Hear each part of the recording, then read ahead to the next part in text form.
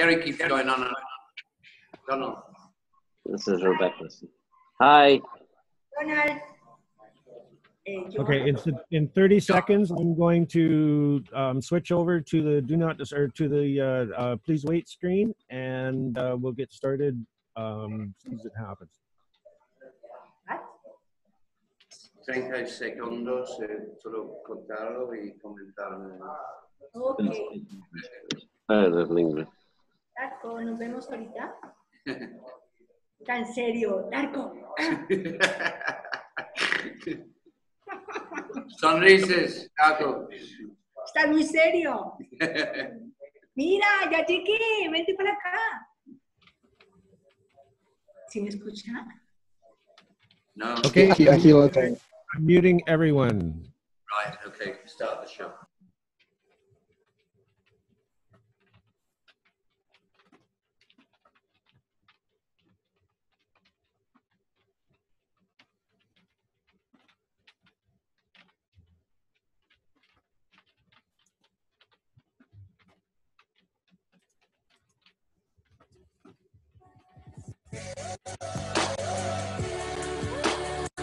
Broadcasting a new paradigm on the One Network.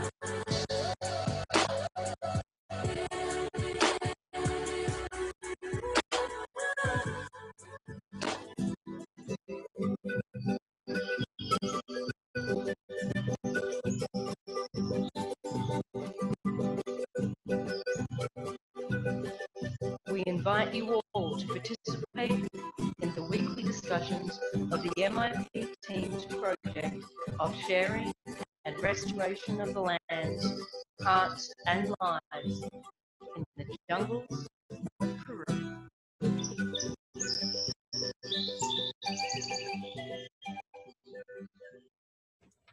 In the midst of the chaos that's created to keep humanity distracted, voices of reason and love ring out to offer solace and comprehension. From the amazing places all around the world, we bring these voices together. And keeping it all on track, here's Dave Stewart. Hey, welcome to Mission Impossible number 6. It's the New Clean Energy Show. And welcome to, we're live from Tarapoto in Peru in the San Martin district, and we're boots on the ground. We've got quite a lot of sensation going on here, and we want to share a little bit of that with you. And in the room, we've got a couple of people coming in a little later. Just at the moment, we've got obviously our resident engineer, John, Carl, and at the moment we've got Darko and we've got Donald here from UK. And last week's show, we covered quite a lot on medicine and self-healing. And Darko's been busy since then. He's been speaking to several other people, trying to get them on the Darko protocol, we call it. Welcome to the show, Darko. Let's have a little word with you and how you're doing. And you've got the cockroach there with you. I'm doing great. We had quite a bit of conversation now with Donald, because Donald has decided that he's going to cleanse, and I think that he doesn't like it very much. but you know, we have no idea what actually he means, because we are used to a doctor's intervention with the suppressants. So now we are so polluted that once when we decide to clear ourselves and detoxify, this becomes a major issue. And you know, Daniel can tell you his experience if he feels like to, but even though he already was drinking water with sea salt for a while, he did not yet understand that cellular level cleansing needs a little bit more.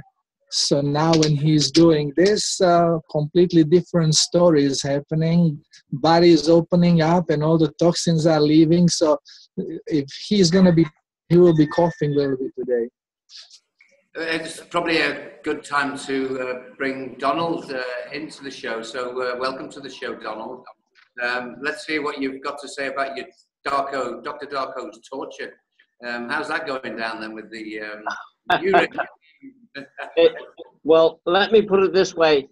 I I think I might have stones coming out of my left kidney, but I think they're more like rocks than stones. The pain is terrible at the present moment, but you know, I can't stand upright because it's so painful. But okay, it's one of these things that it's something that has to be done. I understand that. So I've been through most of the stuff. The coughing is virtually finished now. But you know, it's been a struggle trying to stay warm and use the sweating, use the heat I got. I had a temperature for 2 days, but it's all right now. It's gone down normal, and my heartbeat has gone back down to normal. My blood pressure is fantastic now. So, wow, that's a big change from last week, then, isn't it? Bloody hell! I mean, you were telling us last week, oh, I can't get off those things because I need my blood pressure and all that. So that's a big change already in just 1 week. Even though you sound like you're suffering a little bit, and you get no sympathy here, of course. well, never mind. You know, it's one of those things. I have to go through it to cleanse. Whatever it takes, I'll do it. Well, I mean, we see people here, and they use the ayahuasca, and sometimes they use the tobacco, which is called mapacho, and they actually use the tobacco to clean you before the punishment of the ayahuasca. And you've heard all the famous people like Graham Hancock and David Icke talking about using ayahuasca and them literally shitting themselves in the wood and vomiting and all kinds of stuff. Well, up here they're a little bit more sympathetic with you. They don't throw you off the cliff straight away. They give you like a tea of the mapacho tobacco, and that gives you certain cleansing stations as well. It's rather like a step up the ladder to look over the top of the cliff. And you know, there are certain things that we're all toxic, and that's one of the things when we are writing the main official document of the MIP Peru funding proposal, we had to say, literally, we are toxic. We have to recognize that we are toxic people. We even wash with toxic soap. We have clothes that are toxic. Everything about what we do in this life that we've been, this corporate lifestyle, is toxic. And so therefore, the first admission is that we're toxic. It's a pretty good thing, Darko. It's a good thing just to say that we are toxic, isn't it? Well, as Jeremy always says, you know, you are not sick, you are toxic. But we don't realize that you are bringing toxicity with every bite of food that you are eating, no matter how clean it is. Because we ourselves do not need the food. We are working on toroidal field. And this is only program that of belief that we have to eat, and belief tells us if you don't eat, you're going to die. And until we get rid of this belief, we have to obey, serve the belief part. So I think that soon we are going to get out of this, and we are going to be living without the food if we want to, and we'll eat if we want to, just for pleasure of it. Nothing will be toxic anymore because we will just eat and it's going to go out. It has nothing to do with ourselves. They function without food very well. Yeah. So yeah, I agree. Sorry. I agree with that entirely, because I was told that eventually we would not need to eat. We'd live off the energy from the planet. Yeah, well, you have already today people who don't eat. Well, a lot of it on YouTube that you see, it's fraud. But there are some people, the yogis, they don't eat, they barely drink or don't drink, and they barely breathe. You can bury them in a soil for a week and take them out, and they just shake the dirt and stretch a little bit, and they are ready to go. So it's a living proof. It's only in our brain and our misleading miseducation that keeps us in this bondage and dependent on food, and telling us that there is not enough food, that there is not enough energy, there is not enough this. And even physicists 100 years ago discovered that there is more energy in square cube of centimeter of space, more energy than it requires to create the whole thing that we call reality, the planets, the galaxies. So, we just have to start thinking, and what we hear and and putting picture together. Well, it's funny that we've called the show this week the New Free Clean Energy Show. And the thing is, Darko, what we're talking about here is not only John and Carl and the other inventors and engineers do, is that we are free energy vehicles. And once we tap into that, we see all kinds of strange anomalies happening that we have got the power to do. And we are new, clean, free energy vehicles with Donald. And we've got Lars here, who's on your diet, and he's drinking 4 liters of diesel water that he's energizing in the pyramid. And you've been through all this with him, and he's showing signs of being better on this diet. And also, we've got your drink to talk about, because a lot of people keep saying, what's that, what's that, what's that? It's the banana and raw eggs drink that I just want to cover, because we've got a few updates on that as well. But I want to put the recipe out there, because when you come here, Darko, we're going to have a little raw food restaurant here at the front, and people can come in and sample some of the delights that your wife, Hilna Retner, she's pretty good at preparing all these things. Take over for a minute. There's something noisy coming down the road.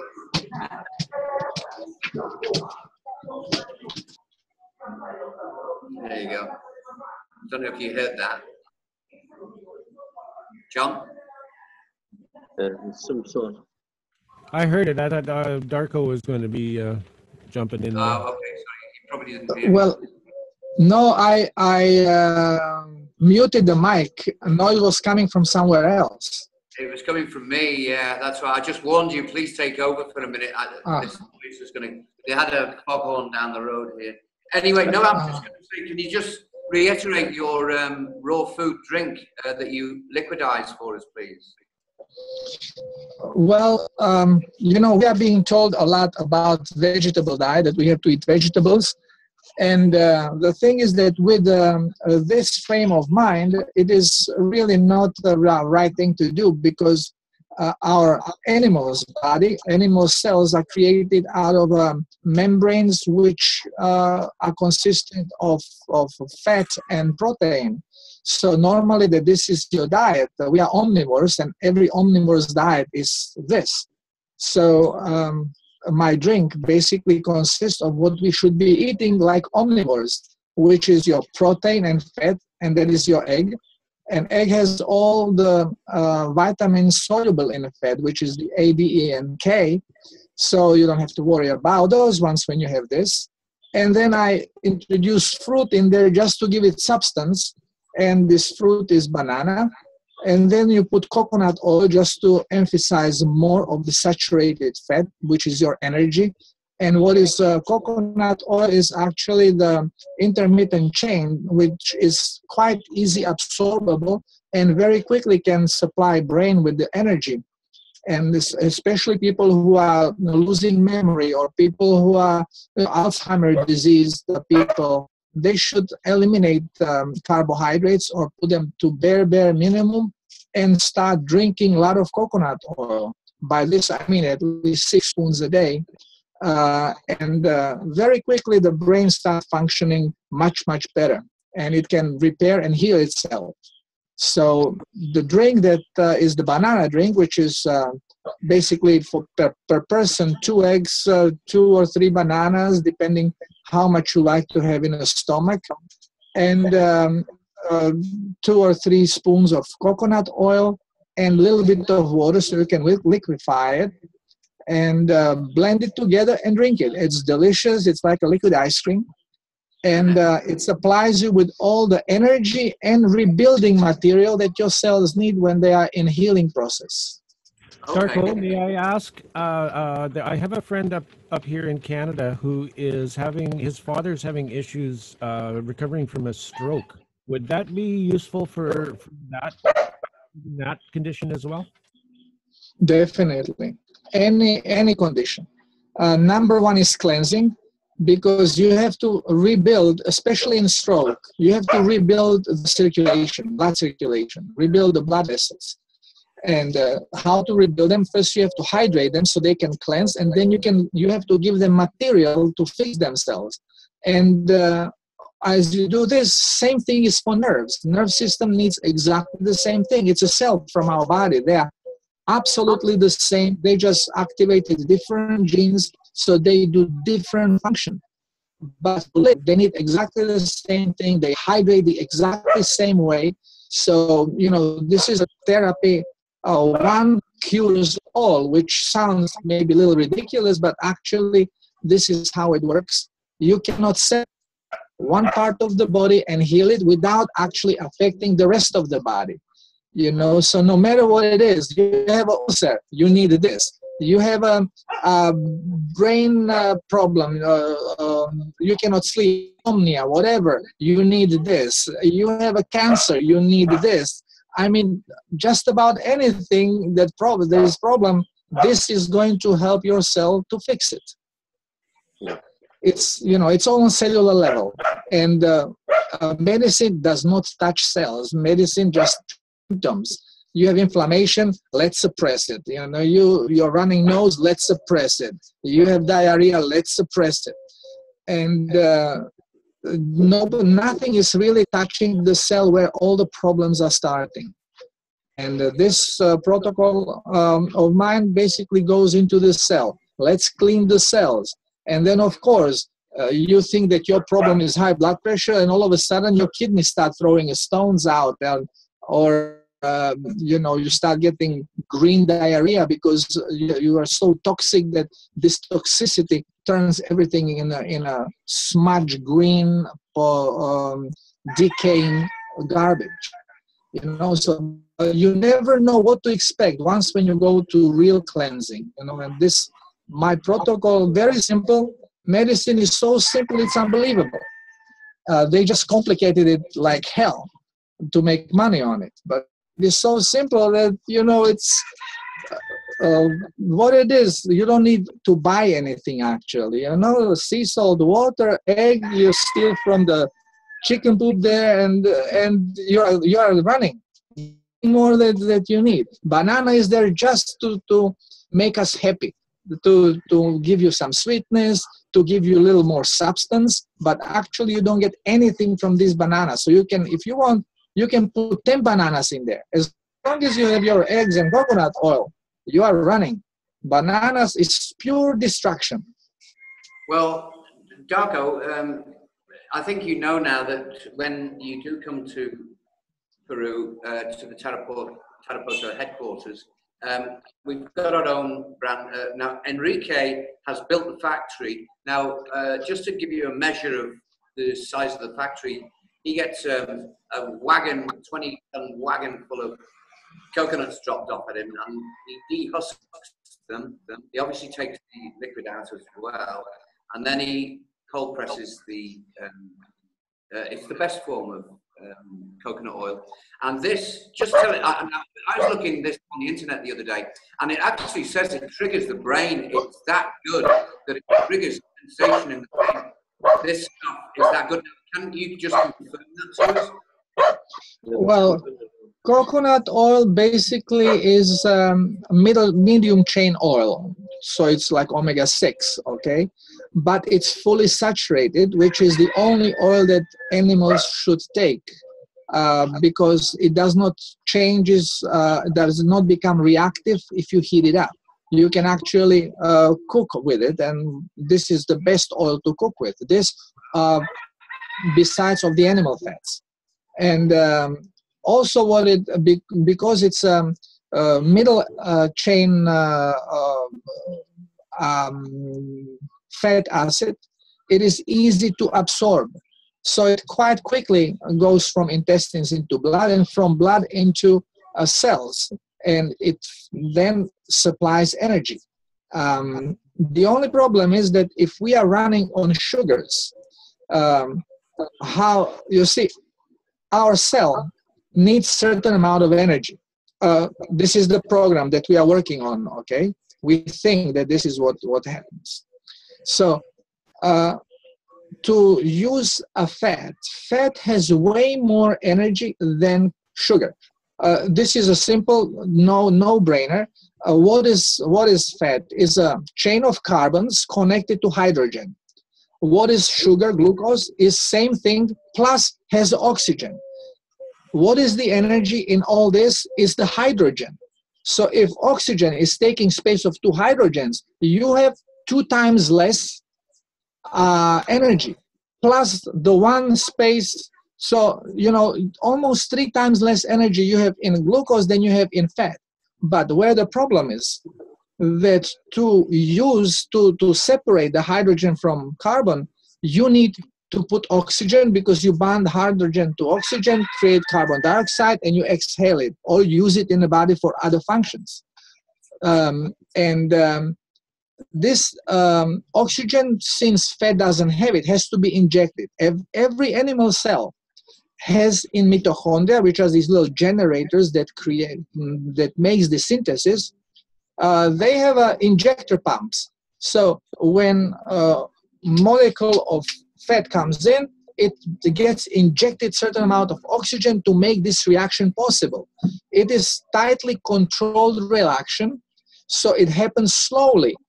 Let's say, just to have even numbers, let's say that the cell needs 60 amps of electricity.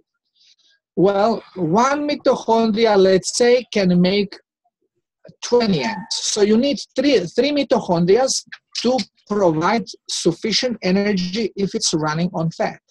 But now, if you start bringing glucose into the picture, glucose comes with its own oxygen. So when it comes into mitochondria, it starts the reaction on its own. It starts burning up, starts separating.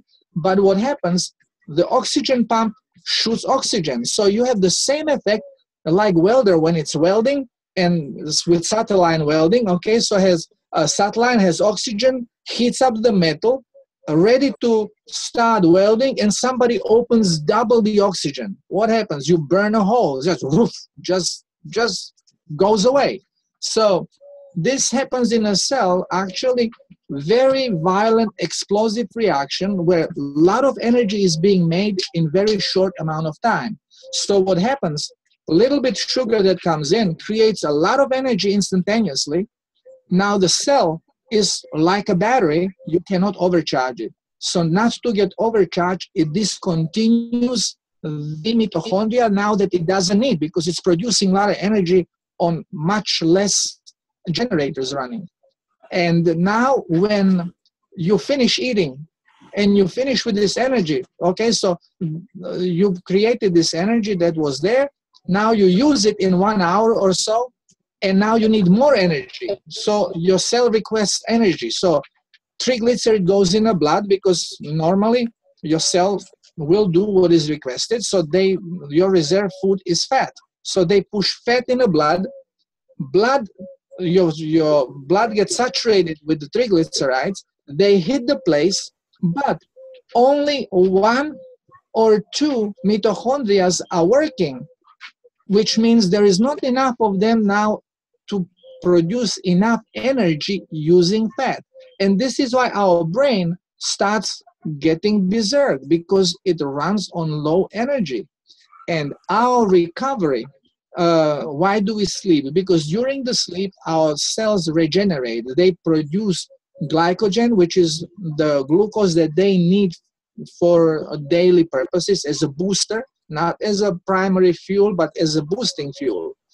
And what happened is that if you now shut your generators, now during the night when food comes in the form of fat, you cannot regenerate because not enough generators are running. So you regenerate maybe 50 or less % of what actually you should be regenerating. So it screws up recovery system. It is complete fiasco. And a lot of doctors still cannot see it. You know, I'm fighting all the time. Now they are blaming fructose as the bad sugar. This is not true. The bad sugar is actually the one that they call the safe sugar, which is the glucose. It's really creating havoc in our body, a lot of problems, a lot of diseases. So, but talking about this, we need 3 shows. So I leave it at this.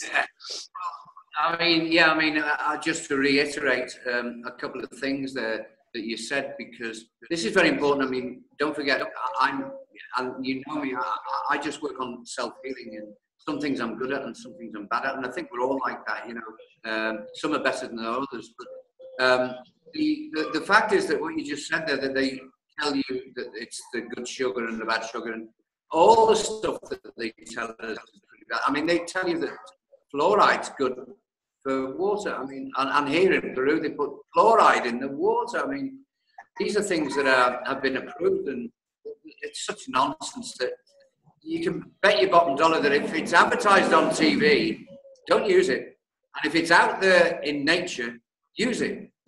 And that's the way I go when I go on self-healing. If it's advertised on TV, don't go near it. And if it's not, and it's out in nature, use it. Simple rule. Very simple rule, isn't it, Darko? Well, I would even go further than you, because if it comes packaged or in a bottle, it's definitely not for you. But here comes then also ayahuasca and all the other crap that we are saying that is cleansing us.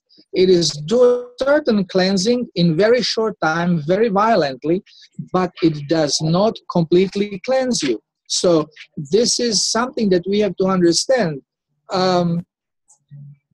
It's to really know what you're doing, you have to understand how cell works and what cell needs and how cell will react. And when you put toxin, and ayahuasca is toxin, when you put it in the blood, yes, it will affect the nerves. It is going to affect pineal gland to produce melanin, but the thing is it will shut the absorption on cellular levels, so you're not actually cleansing your cells. You know, whenever you are talking about outside medicinal or hallucinogenic effect, you are about toxic effect all the time. Only sometimes could be beneficial for short times. Sometimes you use it for particular purposes, but it is never ever healthy for your cells or beneficial to your cells. And we have to remember this. So if you are doing ayahuasca, do it sometimes, but don't overdo it. Don't do it too often, because you are actually destroying your nerve system. So be afraid, be careful with this stuff.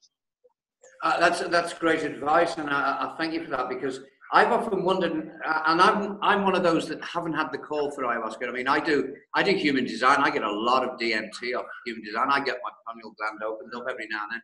I haven't had some for 3 months now, but when it happens, it's quite dramatic, and it certainly tells you that you're alive and you're functioning quite well, and it gives you all those tools that we don't know that we've got, you know. Ayahuasca, I see people taking it 70, 90, 100 times. And I've always wanted to ask you, and last week I first asked that question, and I was quite surprised with your answer. But now listening to you again, and also the other, what people call controversial thing that you say, Darko, is garlic and onion are neurotoxins, but only with a little bit of about 5 minutes investigation on the internet will you find out yourself that, and those for the listeners, that in actual fact you do that research yourself. You be the judge yourself. I never say listen to what Darko's saying. I just say listen to his version, and then you will read his book and you will see how we function. I'm not saying to everyone drop garlic, drop ayahuasca, drop onion. Not at all. In fact, I have it myself. But I know, and the difference is knowing, I think, and it's like smoking. I smoke, but I know that it's bad stuff, and I know it's set to rig me up. And you become a little bit stronger then, but the fact is that denial is no use whatsoever, Darko. If you just deny that garlic is not a neurotoxin, that's not the way to go forward. It's actually allowing your open mind to say, I actually think that garlic will give me a headache if I use it. You probably get one, Darko. Well, most people have headache from garlic, not knowing where it comes from. It's new. Only we get used to it. Actually, I have my theory. Now, this I cannot prove. But, for example, when Europeans came to American continent, they were surprised how Indians could easily get drunk, a little bit of alcohol, and they were blasted. Well, then we were saying, well, they have different gene. It has nothing to do with the gene. but we were eating garlic. They were not eating garlic. Since garlic is neurotoxic like alcohol is, very similar effect to it.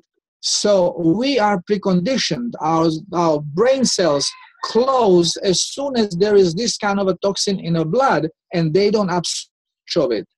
And Indians, since they had no garlic experience, they just get blasted because the cells they react differently because they were never poisoned with this kind of a poison. And now I know in Amazonia, in Venezuela, actually Orinoco River Indians, they can tolerate very well alcohol, but they eat garlic like crazy. Now garlic became the major food ingredient. There is no Venezuelan that knows how to cook without garlic. And this comes from Europe. And now they drink like sponges. For example, Venezuela, I think, is the second country after Ireland in consumption of whiskey per capita. You know, so this is not anymore true that Indians don't tolerate alcohol. And I think it is because of garlic. Since they start eating garlic, they have garlic in the system every day. And it's a very similar effect from garlic because it's neurotoxic, same like alcohol neurotoxic. And one stops cellular hydration and the other one does not affect anymore the cells so much. So this is the relation that I put together there. Okay, thanks, Darko, because it's good information, and I followed it for quite some time, and I do resist garlic completely. Onion, I tend to, I like it raw in a salad, and of course the cooking of food that's destroyed us really. And one of the big things in Peru that I'm trying to tell some of the restaurateurs here is they eat cooked plantain, and I've discussed this before. On one side of the coin, in Peru, you've got something really great, which is ceviche, which is raw fish, raw meat. And on the other side, you've got this cooked plantain, which is, I think you're going to say that's not very good for the free energy body. Is that correct? Well, because as soon as you take carbohydrate storage, which is bananas or plantain is type of a banana, or potatoes, rice, all the stuff that we like to eat, those are storages of hydrates, spare food for plant. And normally it's packed in a cellulose fiber. So if you eat it raw, nothing happens, but you don't get any energy from it. This is why, you know, pigs don't eat much potato in nature. They are making a tremendous damage in the ground. Why? Because they are looking for worms. They are looking for nest of mice. This is what they eat. They don't actually eat the roots, and they don't actually potatoes that may be planted there. So this is misconception. And as soon as you cook these storages of carbohydrate, you break the cellulose and you spill all this out. It's pure sugar, and it floods your system and it gets absorbed and creates a problem in our body. It makes you fat because of sudden energy boosts, and then because you don't eat every hours on sugar, this is what you should do, you don't eat. So the body keeps sending fat, which you cannot burn because there is not enough mitochondria working. So it's complete mess creating with this kind of a diet. And until we realize it, you know, we will be diseased and we will have short lifespans, because it's what it does with its vibration genetically. It basically shuts down the gene for longevity. So you start living very short lifetime. Our lifespan, if you go just judging by the animal genetic code, Fibonacci sequence, if you add 20 to 30 times your adolescent age, then this is the final age of the animal. And if you apply this to adolescence is what, 13 years at least. So you apply 20 times this, 260 years should be your minimum lifespan. Between 260 up to 400 years, that should be 500 years. This we should live and eat. Without eating, we can live forever. But with food, eating like animals do, without cooking, we should live maybe 300 years minimum. And actually, you have some people that live more than 200 years. Taoists up in China that make their own food, but they make mistake also. They stir fry it and steam it. And by this already you cannot live the full potential. But the last master there lived 256 years. So it's pretty damn good age, you know. And when you tell somebody's 100 years old, oh, he's old, he's not even through his adolescence, because it's not even 10 times it's adolescence, and 20 times should be the minimal norm. So what about long life? And this is all because of sugar, of glucose. Glucose immediately drops the age time, immediately. And this was proven by scientist Cynthia Kenyon. Well, in Peru here, we've taken a step where we've removed anything sugar and we've replaced it with honey. And now Rebecca's over here with us, and she's a long-time beekeeper, and she was showing me a really good little neat trick, and I can show it to you how to do it. We bought 2 natural honeys, one from the market and one from the store, and she said, get hold of a box of phosphorus matches, and then what you do is as simple as this. You get the matched phosphorus and dunk it in the honey, and then literally strike it. If it lights, that's the good honey. And we did it, and it lit with one, and it didn't lit with the other. So that's a really good tip for natural honey, and you can do it in your jar. And if your match don't like, if it's saturated the match, that's not good honey. And don't forget, good honey lasts 3,000 years. It doesn't even go on. So, Darko, I do believe that you might not be able to stay the full distance today, so I wanted to cover your work first, because it's great that you're doing so much work with our group now, and then you're on route here, depending on how the funding goes, which we're going to be talking about today.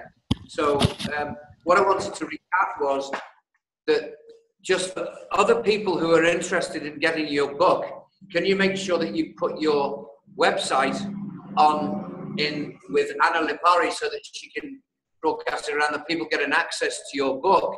And also, can you just recap for us, what is that drink, that mixer drink, that smoothie that you make, that we're all drinking here? Can we hear it from you? I think you missed vanilla essence of it, that's all. So can you just recap that and give the address? Okay, well, the vanilla essence is there purely for taste. So it can be added, it does not have to be added. But it's basically, to repeat, it's about 2 eggs per person, depending what you do. If you are going to have a very difficult day, a lot of work, a lot of concentration, then you put more eggs, or you can have it twice a day. If you are going to have a relaxing day, 2 eggs or even 1 egg is enough to sustain the energy for the day. And with that, you put bananas as many as you want. If you want your stomach to be really full, then you put 5 bananas. You know, banana makes absolutely no difference except as a filler, and gives you some flavor there. And coconut oil, you put as much as you want, minimum 2 spoons. I basically take the bottle and I just go clack, clack, clack, clack, clack, clack, clack, clack. Okay, this seems good. You know, I don't measure it. And a little bit of water just to liquefy. Thicker it is, the more filling it is when you drink it. And if you want to put, if you want, you can put vanilla extract.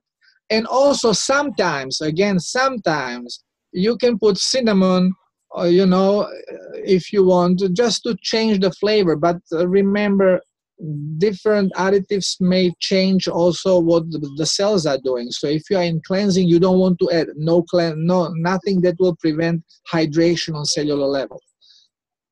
Okay, I just have a simple question for Darko, if it's okay. because I was a bit surprised. Is your recommendation, garlic is, you shouldn't use it at all, or is that it? Garlic is medicinal plant. If you have stomach or intestinal parasites, use it. Use it 3 weeks and then stop. Don't use it as additive to food. It is not good, and it doesn't cure that. It's not what they call antibiotic. It is not. It doesn't do any of it what they are saying it does. It slows you down. It's neurotoxin that makes you lethargic. Because of it, it slows the impulses. So your reflex goes down, your heartbeat becomes softer, so your blood pressure goes down. But this is not good stuff. You can use it temporarily. Let's say you have a problem with your circulation, and or you get very excited and your blood pressure goes very high and you feel this pumping in the head. You take a little bit of garlic, pressure will go down because you drug your heart, your nerves that propel your heart. But you should not take it as a food. It's not a food. It's medicinal remedy. Use it as a medicine, not as a spice. Okay, yeah, I see. Thank you. You're welcome. Another thing that came up, And the other thing, hang on a sec, Dave. Another thing that came up in the chat room, Darko, is there's a lot of people on medications that would like to get off the medication. If they start on your drink protocol while they're on their medications, is that going to interfere it? And will that reduce their dependency on the medications as they go through the protocol? Well, I highly recommend that they are monitored when they go on my protocol. I mean, you can ask Donald here that the symptoms, and Donald was pretty clean because he basically eats good food. And he is very poorly medicated, just 2 medicines, okay? This is revolutionary, especially if you look at Americans, what they do in the United States. 2 medicines, this is nothing, you know? More medicinal plant, the more medicinal things you are using, the more polluted you are. The worst pollution in the body will be from pharmaceutical medicines. And also the symptoms of detox will be very, very strong. And you get scared and you run back to your physician to suppress it.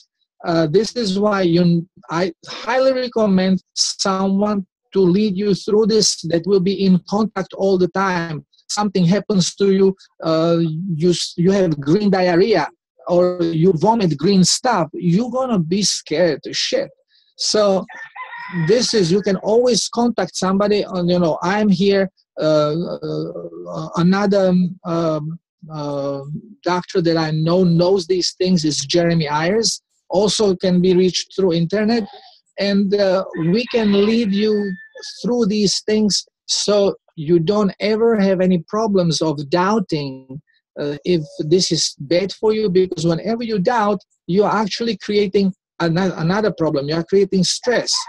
Every time you engage your brain, you are depriving your body of energy. So you are making stuff worse for yourself. You need someone to lead you. It's not so simple just because if you are on medication, you are highly, highly polluted. And the detox is going to be violent. It's, it's not such a little thing like little sneezing, little coughing, and that's it.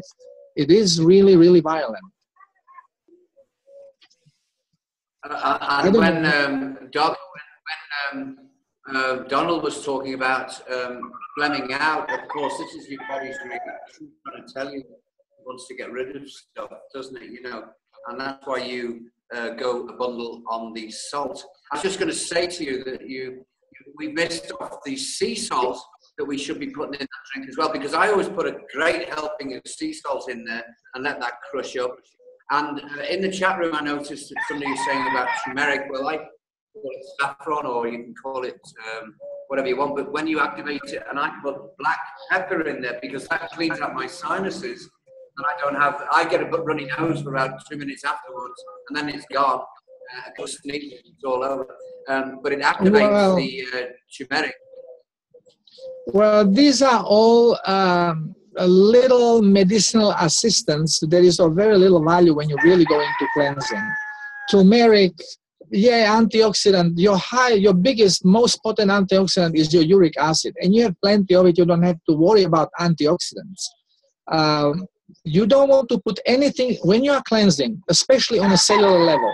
You don't want anything to interfere with this cleansing, so you don't put anything in there. You just put pure things, and the most purest thing is your sea salt or sea water mixed with water just to dilute it a little bit, because this is something that does not have anything that can pollute your body anymore. And reparation material will be your eggs. So actually, having eggs and water and sea salt is the perfect combination for healing. Okay, great, and thanks very much for that, Darko. We're going to move into a slightly different sector in a moment, but just before we do, I'm going to just throw it wide open. If anyone else has got some questions to ask Darko, now's the time to do it.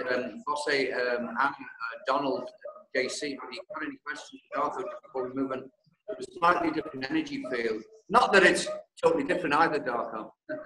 Yeah, it's similar. Talking about different machines. Well, right. What was that? Could you say that again, Darko? I missed that. We are just talking about different machines. You know, a living machine with a mechanical machine. Well, it's funny how you can't talk about the human body without mentioning the generator. I find that quite funny. So, well, everything works on electricity and electromagnetism, everything. So there is no difference what you're talking about. You just have to know how it works so you can feed it proper fuel so it continues working. You know, if you take a gasoline engine and you put some diesel in a gasoline, you'll be there for surprise. You know, it's not going to work that well. If you do it opposite, diesel engine, and you put gasoline, it doesn't work at all. So you got to know what you're doing, and our body is working like the machine as long as we think of it that way. So we have to properly feed it and nourish it. Yeah, and because I do human design, of course, I go to the stomach for the truth, and I use this as my chemistry set and stop thinking out of it, because this is the thing that poisons the decisions. But here, he's got the truth. It's vibrating correctly. Oh, is Darko talking rubbish? No, he's not talking rubbish. I get the answer inside. So I don't use this, because when people go, oh, that garlic, that's a load of rubbish, they're using the mind. They're not coming from here. They're not giving it genuine research. And it, as I said to you before, it takes you 5 minutes on the internet to find out what you're talking about. Is absolutely right. So, you know, this is where we are in Peru with this great team that we've got. We're moving on now. We're actually moving into funding ourselves. We've got a great show here today. I'm going to be showing how we're going to be funding ourselves. And we've got a few technical issues, and always we call JC in to help us out with the mechanics. And now we've got Darko with us. We've got the mechanics and the body mechanics. So one thing I want to move on to, JC, is how are we going to get water up the hill to Los Venturas? Because you can see by the videos posted on axi4.com, which is the official website for MIP Peru, you'll see 4 short videos of the problems that they've got. 70 houses have not got water, and they've got clean water that they have to walk up the hill for. So you've seen the videos, JC. What would you say that we could recommend that the villagers put water in themselves? In other words, we're going to educate them how to do it. JC. Well, just like Darko was saying with the human body, if you feed it the right fuel, then it just works really well. With that system, we have a fuel source, excuse me, as long as you don't think of fuel as burning something, just the means of making the machines work. We have a river at the bottom of this hill. If I remember correctly, they have to walk from the village down a hill, over a river, back up a hill to get to their water source. So we have the fuel, we have the river at the bottom of this valley, between the water source and the village, that we can tap into and use that as fuel to run a machine that will transport the water back up the hill into the village. And because this river is running constantly 24/7 all day long forever, as long as we're careful how we tap into that river, because as you've mentioned many times to me, the when it rains there, it rains buckets, and these rivers swell up, and there's huge tsunamis coming down, and it causes all kinds of problems, and rocks are moving and trees are falling down. So we need to look at how to access that river, get some power, get some energy from that river that we can use to drive a pump, and we can gravity feed the water down the hill from their source to that area by the river, put it in a small storage tank, and as long as that storage tank stays full and we don't pump it, we don't pump more water than we're putting into that tank, pump it back up the hill into another storage tank, a large storage tank at the top of the village, which will stay full because it'll be constantly being pumped, and they will have all the water they could possibly use. So what type of pump are you talking about? Well, there's a number of different ways we can go about this. One thing that we discussed privately was building a water wheel. Same thing they used to use to run the grist mills and pump water up here in North America. Wind is a really good source, but it's not reliable. We need a reliable source. Solar only works during the daytime, and then you have to store that power and use it at night. With a river, it's running constantly. So if we put a device or tap some of the water off of that river to use the weight and the momentum of that water to turn a device that will turn a low speed, high lift pump. There's many designs out there for these things. It's actually a really simple thing. And teaching the villagers how to make a water wheel, even a conventional one, the big round you see on the side of the buildings in the old paintings with all the little slats and the water pouring over the top of it, and the weight of the water just makes this wheel turn, and it goes forever, just keeps going, and as long as you have water to it, it's going to turn. And we can use that motive force using the right fuel, which is the weight of the water, to turn a pump, which will bring that water back up the hill, and they won't have to carry it up anymore. So that could be a Pelton wheel, or that could be what we've been working on, the Mike Waters wheel, or what would you recommend in this? Yeah, you could use either one of them. There's some specific issues that you have to take into account. First of all, this is the bush.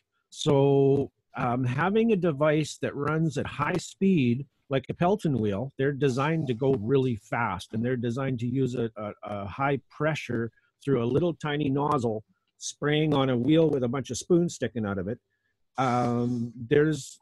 There's a lot of maintenance involved in that. That's fairly high tech when you're thinking of something in the bush.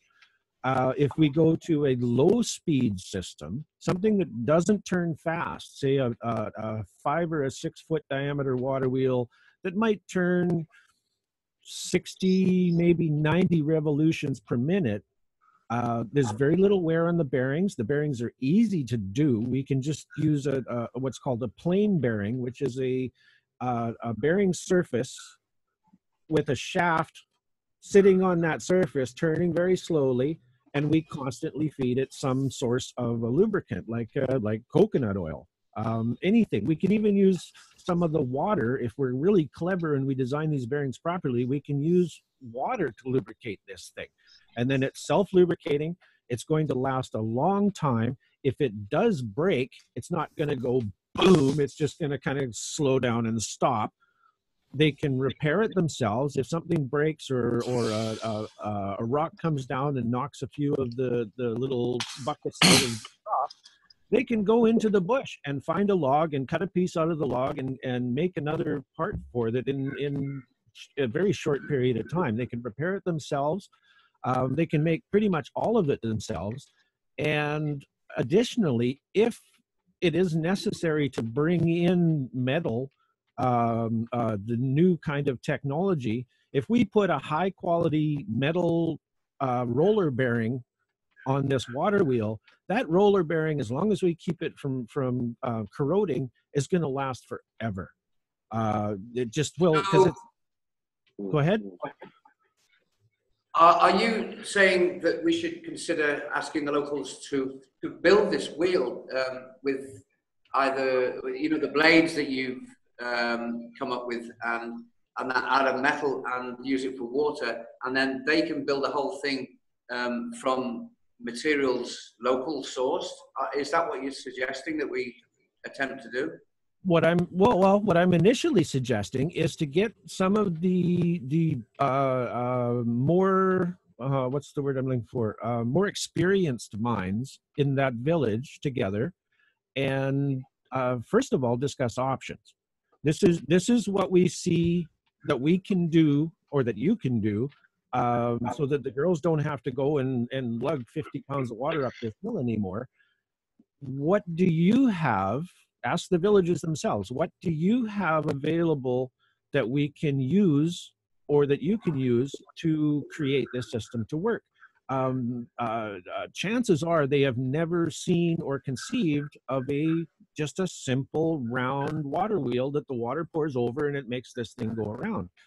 If we introduce that to them, and let them run with it, and then as they encounter issues, encounter problems, we can add our experience in on that.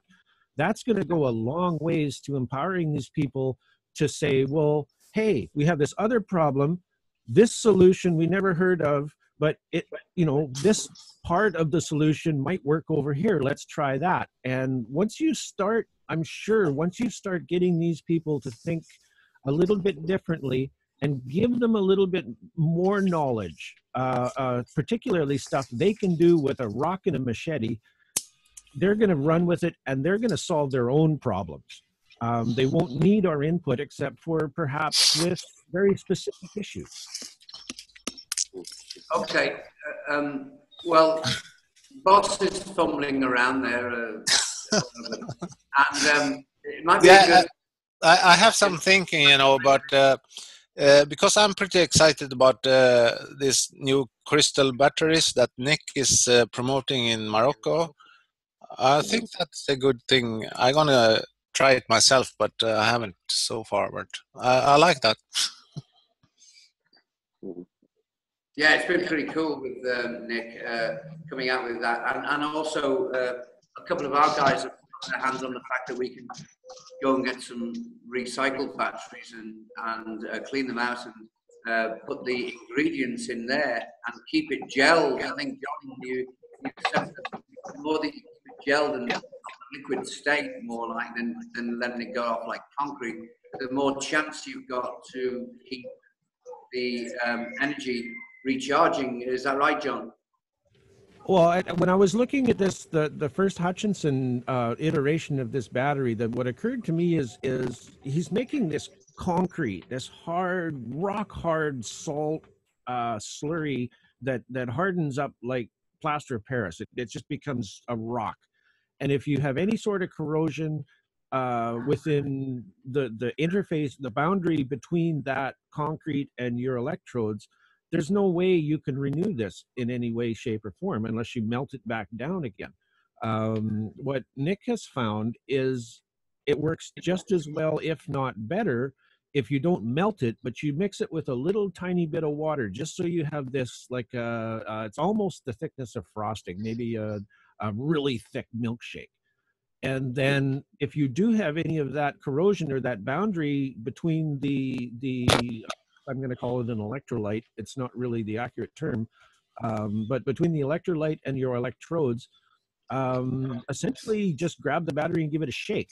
That'll renew that interface boundary, as long as the stuff is a little bit, it can move a little bit. So I think that is a significant solution, because a lot of the guys who are making the melted style are finding that over time the energy output of these crystal batteries starts to drop, And I believe that's because that boundary layer is becoming either contaminated or corroded in some way. The way I got Nick is that you can actually renew the battery, you know, with the Bedini thing when it's saturated, and you can make it like new again. Yes, that's a little bit different issue. That's actually within the what I'm calling the electrolyte itself. The issue that I was discussing with Dave is where that electrolyte touches the electrode. You know, where it comes into contact with either the lead in the car battery, or the zinc, or sorry, the magnesium or copper in the melted style of battery. The Bedini circuit, if I understand correctly, it will renew the batteries as well. But if you have a contaminated surface between those two materials, the Bedini circuit isn't going to change that. You're going to have to, you know, on a melted battery, you're going to have to melt it back down again, give it a stir, and renew that interface where the two touch. Okay, so that has to be seen then, how that works.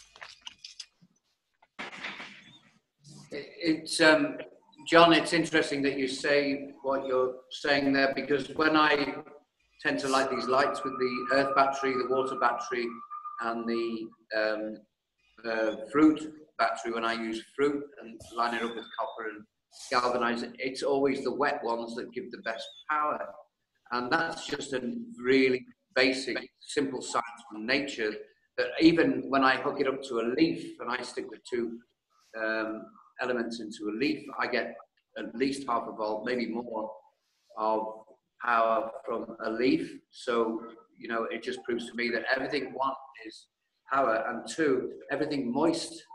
I think this is the message that I'm getting, is everything moist is power. And when it rains, you make the earth battery. When it rains, you get more power. Well, Darko will probably back me up on this. The water in our cells is what transmits the energy through our bodies. Now, whether it's electrical energy or chemical energy, it doesn't really matter. It's the water that allows that energy to move from place to place.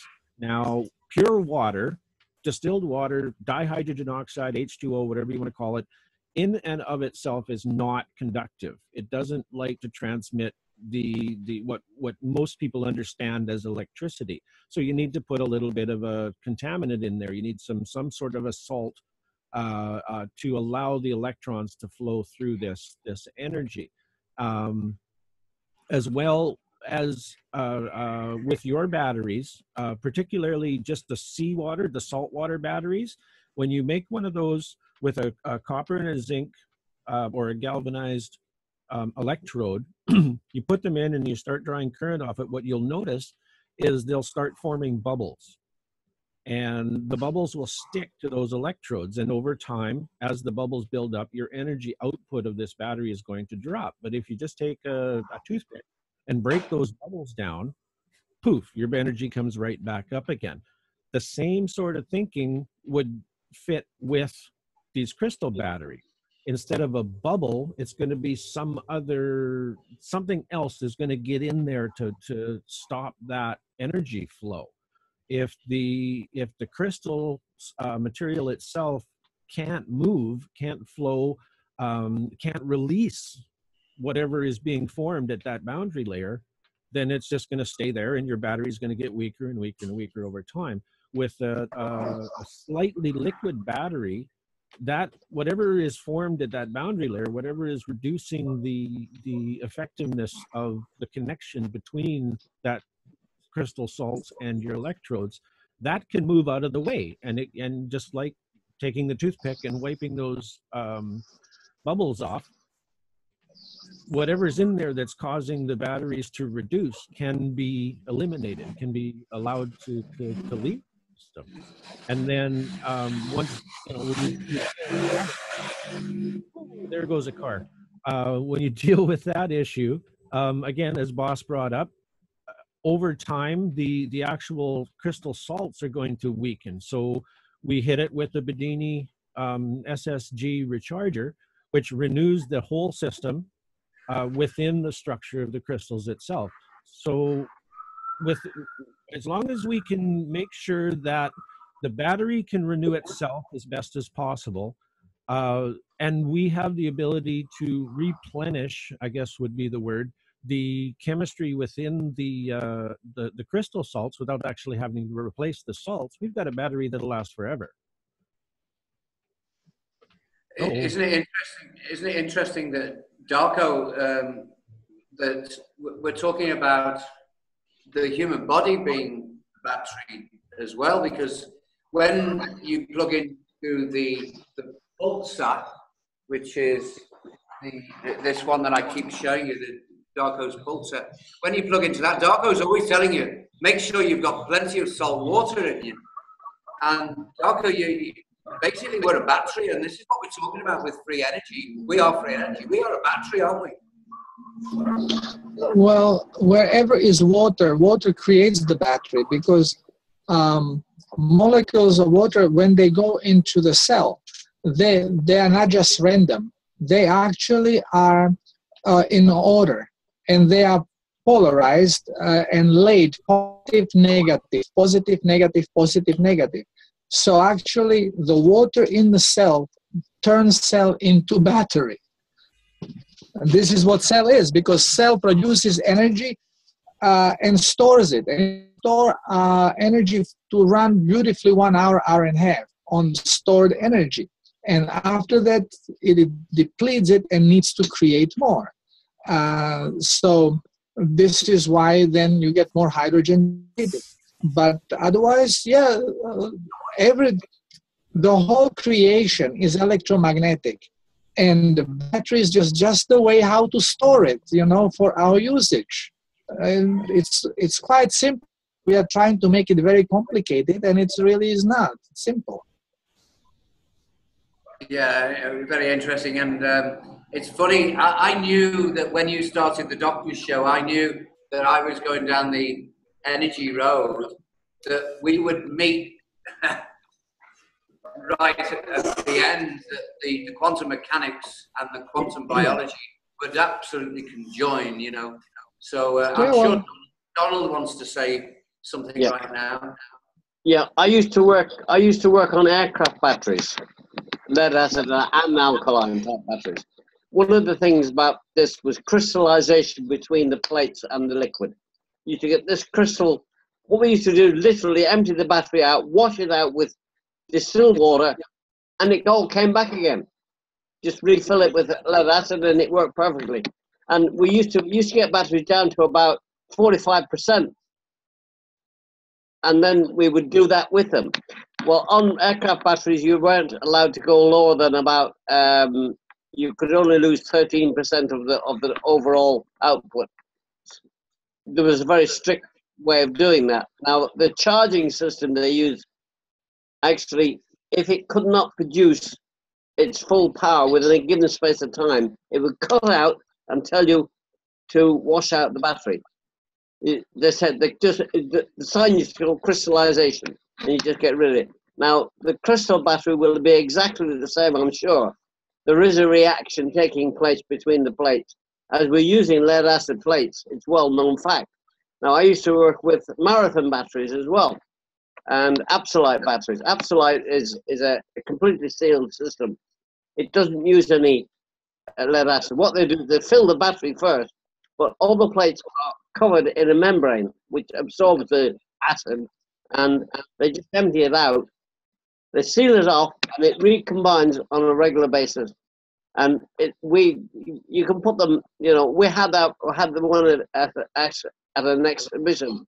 They'd put a forklift truck through the side of the battery, and it was sitting there still working.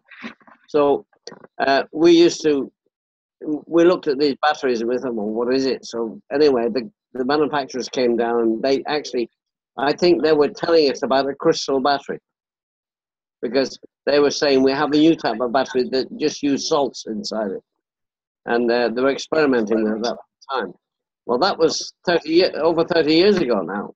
So, you know, the technology has changed considerably now, but the crystal battery appeals to me, and I've just done a little experiment myself with it, and it seems to be seems to work very, very well. I just used a little motorcycle battery to experiment with it, and it worked.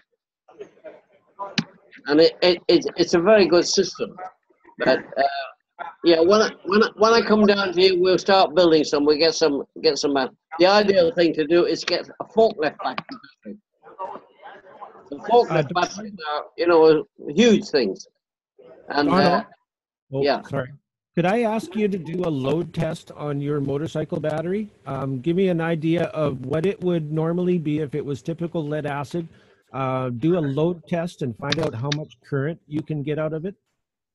I've no means of doing that here at the present moment because all the facilities I have, I shouldn't even been doing what I've been doing because I had to get rid of the acid and I had a real problem with that. And one of my neighbors said, "What on earth are you doing with that battery?" So I know I'll have to wait till I get to a point where I can do this, shall I say, as it should be.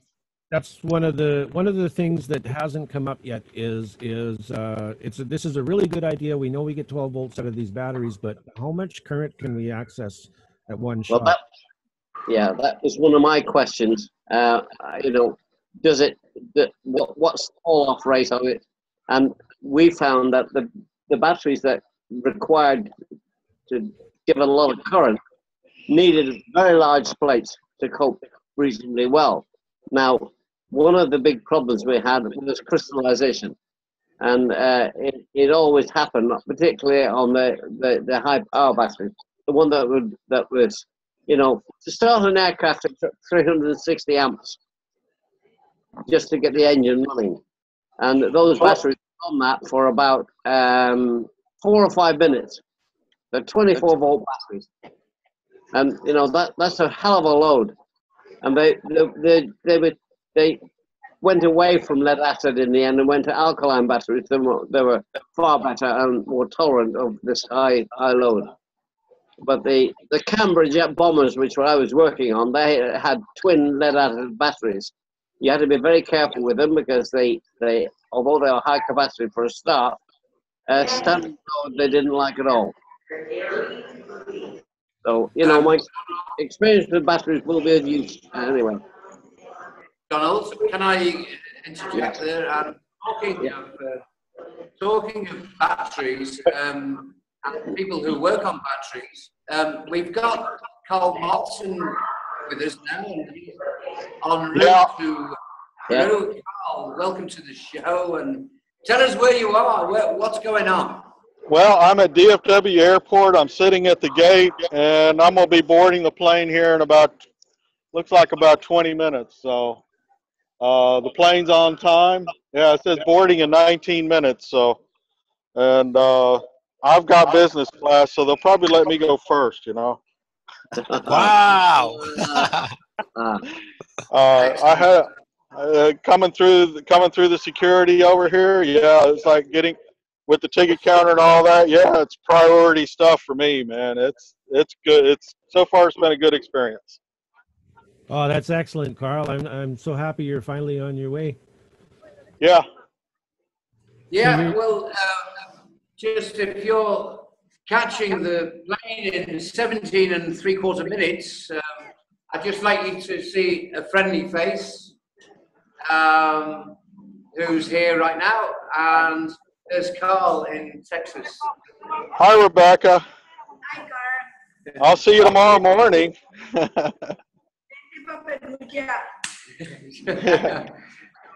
Yeah, great for you to come on. And it's interesting that just as you came on there, Donald and John were talking about testing the power that's coming out one of these little bike batteries, you know. I don't know if you know how much power comes, because that's kind of work that you do. Did you understand? Did you come in the right time? Oh yeah, I came in at a good time. I really did. Yeah, as far as the bike motors go, like the batteries that I've used on my trike, they're good they're good up to about 100 amps with the amount of amp hours that I have, which is really good. So we'll see. We'll see what they do. Yeah, I don't know what you're showing me. But, no, she's just she's going mad at me for smoking. Oh, cigarettes. Rob's going to stick Yeah. two Well, batteries. Rebecca, I don't smoke. I don't smoke. Not cigarettes or cigars, anyways. Oh, well, that's great. So it's 8 o'clock in the morning that we're going to be at the airport, even though your flight suggests that it's going to be 20 past 8. When Rebecca came in, she came in 20 minutes early. So I will, early in the morning, I will check your flight the same as I did with Rebecca. And our Map 1 Mip Peru machine, motor taxi will come charging down the runway for you. And we'll come and pick you up. Just to let you know that you're throwing yourself in the deep end tomorrow when you arrive. We've got a massive meeting with the official appraisal document for MIP Peru and URCU, and we've got a meeting. We think it might be at the office, but I want to hold it here because it is bigger and it'll take the amount of people. We've got a big meeting. We've got the whole Yauku Kasanapi team from Aguano Miyuno. We've got the whole of San Roque team.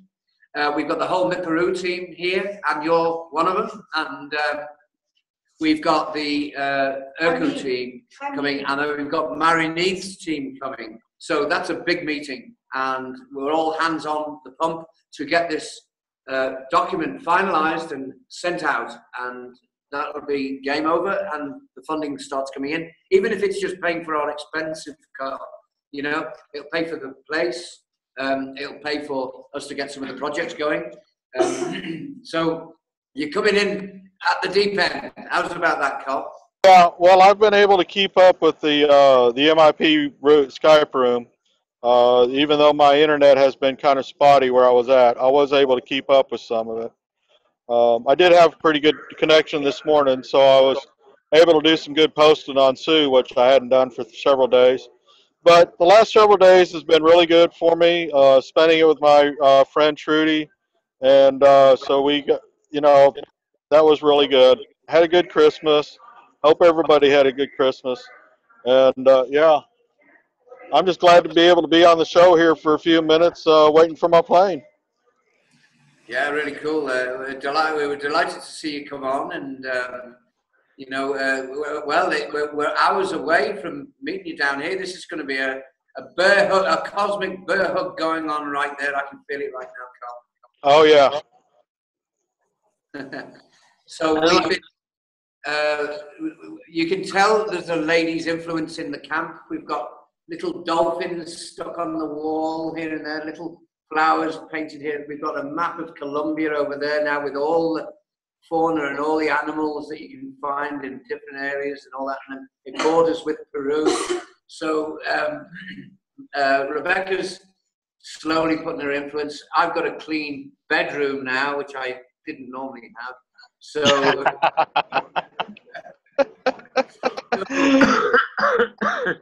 so we're, you know, women power is here.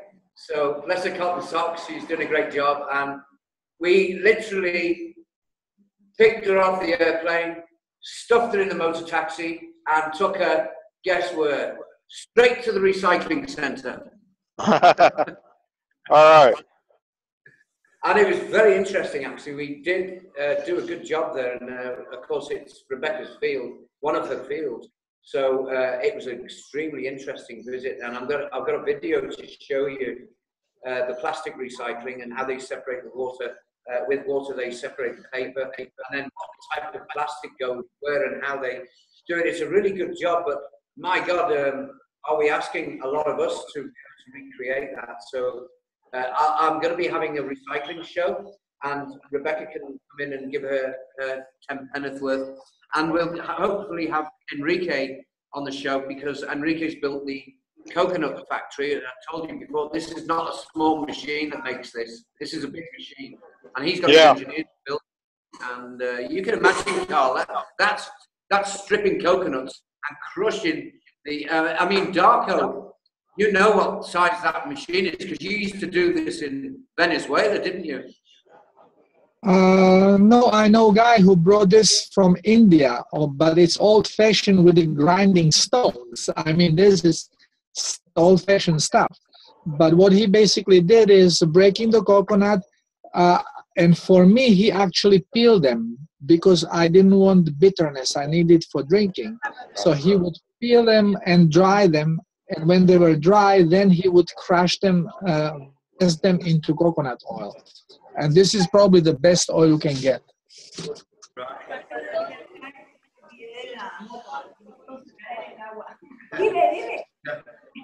She's chucking in the, well, I mean, I've virtually understood what she said because I'm speaking English now, so I switched off my Spanish, you know, so it's hard to take in what she said. I haven't heard of Darko. But, and Carl. No, and how many suitcases you bring, Carl? Because we need to know if we need to put an extra. I've got that backpack and one small suitcase. Oh, so it's motor taxi. So you could probably come tomorrow. You could probably should be any porque tienes solamente dos maletas. Entonces, so, okay, because you wanted to know if she can come and meet you at the airport as well. So I think well, I'd love for her to meet me at the airport. Okay, well, we'll do that then. That'd be great fun. And you get another cosmic hug. Yeah. Cheers. Bon voyage, Carl. Have a good trip. Yeah, I plan on it. Thank you very much. It's cold here in Dallas today. I mean, it's like 35, 40 degrees outside right now. And wow. So, yeah, so I had to really dress warmly to get here to the airport. Yeah. I can confirm with you that's the last time you'll need those sort of clothes, but you might need them in some of the villages we go high up in the mountains when it gets a bit cool at night, but you certainly won't need it for Aguano. You don't need it for Tarapoto. Rebecca, caliente. Lying. He said it's just right. It is just right. The temperature. Absolutely. I know it's t-shirts and shorts weather there in Tarapoto all the time. Good. Yeah.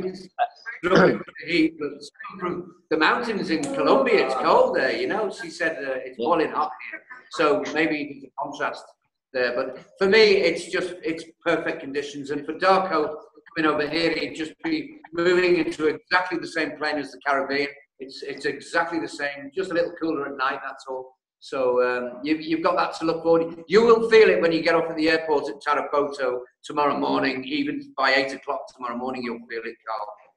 Oh, I'll feel it before then. I'm hoping to see a spaceship on my way down to Peru. You know, I do have a window seat, and I'm on the left side of the airplane, looking, you know, towards the front. So he'll formate on you. He'll formate on the aircraft. It'll be about 1,000 meters away from you. That information has gone through already. You just told us, so that there will be a ship following you the whole way. That's what they do with us, and it's only 4.5 degrees here in London. Yeah. Well, I'm in seat 1A, so I think that's a good omen that I was able to pick seat 1A when I bought my ticket. Yeah, it's a good seat, that. I think you got the steering wheel on your car. Yeah. Almost. Yeah. It's almost. Yeah. It's almost it's not the strongest part of the aircraft though, but you'll be all right. They'll see to that. If anything goes wrong, they'll be there. That's okay. I'll have a good view out the window. Yep. Okay. Have a good look. You might find. You might be able to see him. You might not. We'll see. I'll see him. Have a good trip then. Bye. Yeah. Thanks a lot. Hey Dave, I don't know if you saw it, Dave, but Bosse has the first iteration of the water turbine printed out for us.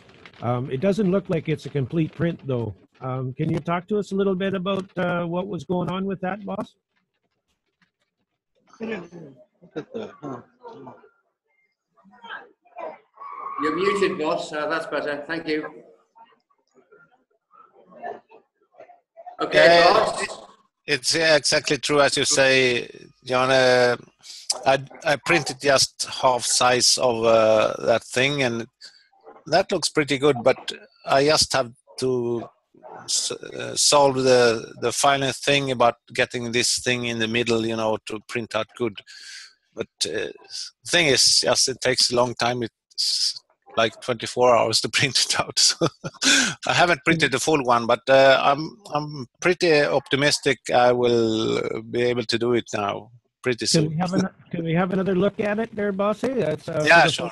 Yeah. Visualize the drawings. So this is almost good, If you can see in the middle, it's... Oh, that looks great. It's not totally good in the middle there, so I have to solve that problem. But I think I can tweak it just to tell it what angle it should do support from underneath, It looks pretty good. Looks pretty good. Lars is just here. Just keep showing it for a moment, please, Bossy. Yeah, Lars is just having a look now. Mm-hmm. Wow, that looks pretty cool. That. Yeah, it's almost good, but you see in the middle, maybe if you see it's not totally good in the middle, this thing, I have to solve that last problem. You should be able. First attempt. Yeah, it's very good for the first attempt. Yeah. I'm really impressed by that. So. Mm-hmm. Can you turn that round, boss? Can you invert it? Oh wow, yeah. Okay, so we can see it now. Oh yeah, wow, that's well cool, isn't it? Look Say something, boss, so I can see you. Yeah. There we go. Yeah, very good first attempt. Excellent, actually. I'm impressed by what you've managed to do.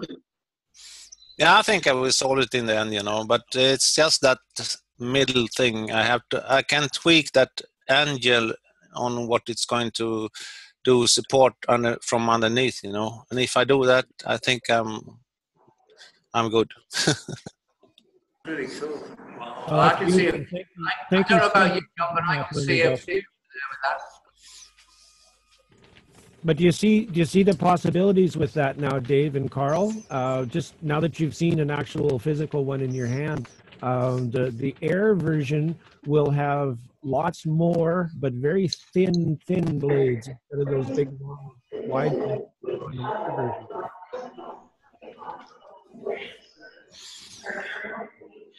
Yeah, I guess that will be the next challenge. Well, the air version won't be 3D printed. It'll be a much more involved manufacturing process because it's going to be very, very large. Yeah, I guess so. This is just for fun. Well, not so much for fun. I mean, you can drill a hole in the bottom of that, stick it on a pencil, and put it in your bathtub and run water through it, and we can actually get measurements from it because that is the actual unit. And there will be uses for small ones, for 3-inch and 3.5 inch, 7-inch, 8-inch, 10-inch. We probably won't go any bigger than a foot, maybe 12 inches diameter. 30 centimeters, 35 centimeters diameter, because of the amount of energy that we're going to be extracting from a flow of water in that.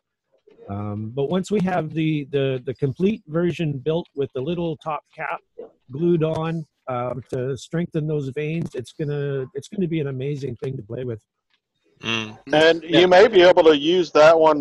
Just put a cap on the a pointed cap. Build a pointed cap and glue it onto the top of that one in the center there, so that you have the clean water laminar flow. One of the problems with that, Carl, is that little top cap that he's having trouble printing is actually one side of the bearing that holds the whole system from running funny. It keeps it nice and flat and spinning properly. So that it's actually kind of important that be printed with the actual rest of the unit. Okay. Yeah, I'm sure I'm going to try it out anyway and play with it. So we'll see.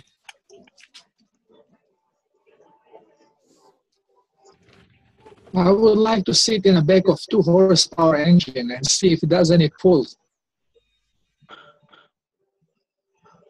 You mean drive the wheel with an engine and see how much energy comes out of that? Yeah, to see if it has push, if it can push the little boat or something, you know.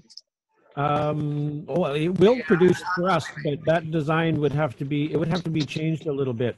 It would act like a centrifugal fan, and it would produce thrust. Whether or not it's going to produce enough to be efficient, it's actually designed the other direction around, to take the movement of the water and produce the motive force rather than taking motive force and produce a movement of water.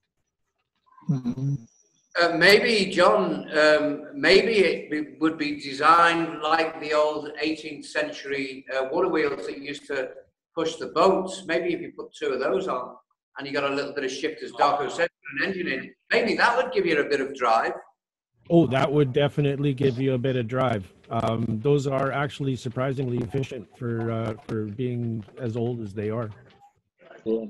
Yeah, the old paddle boat. I was on one of the old paddle steamers in Sweden several years ago in Gothenburg, and that was an amazingly powerful boat. It was steam powered, but I was amazed the speed it got up to. You know, it had two paddle wheels on one on either side, and it was quite a remarkable boat. I was very impressed. And that was built in something like 1910. All right, I haven't seen that one. No, I'll have to look that up. Yeah, we went out to an island just off Gothenburg to a big conference center on the island, and there was a big concert there All right.